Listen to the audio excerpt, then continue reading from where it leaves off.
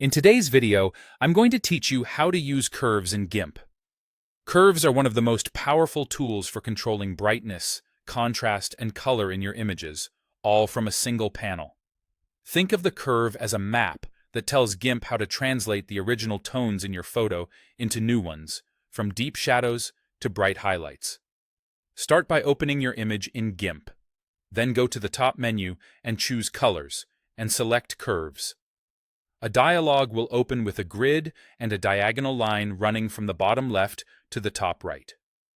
The bottom left represents the darkest parts of your image, the top right represents the brightest parts, and the center covers your midtones. The horizontal axis is the original brightness, and the vertical axis is the new brightness you're creating. Click directly on the line to add a control point. You can add several points to target different tonal regions, but keep it simple. You usually only need a few for smooth, natural results. As you drag a point, watch your image update live. Pulling a point upward makes those specific tones brighter. Pushing it downward makes those tones darker. Small movements go a long way, so nudge gently and check key areas like skin, skies, or shadows for natural detail. To boost contrast, shape the curve into a shallow S. Lower the shadows a touch by pulling the lower left part slightly downward, and lift the highlights by nudging the upper right part slightly upward. This increases separation between darks and lights, giving your image more punch.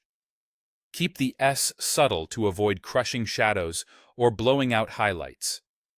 If you want to brighten or darken the image overall, focus on the middle of the curve.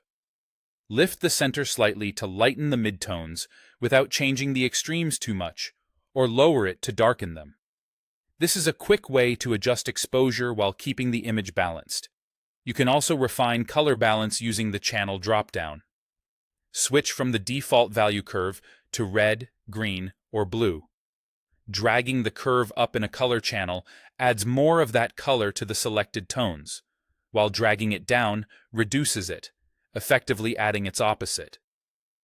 Use this to correct color casts or add creative tints, and remember to make small, precise adjustments.